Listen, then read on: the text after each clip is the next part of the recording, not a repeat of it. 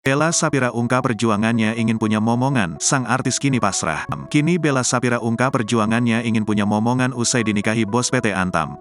Kehidupan Bella Saphira selama ini memang tak pernah sepi dari perbincangan publik. Semenjak menjadi istri pejabat, Bella Saphira tampaknya kembali menjadi sorotan publik karena kehidupannya dengan sang komisaris. Baru-baru ini, Bella Saphira ungkap perjuangannya ingin punya momongan usai dinikahi Agus Suryabakti. Bella Saphira mengungkapkan bahwa tak perlu banyak orang tahu mengenai usahanya ingin punya momongan.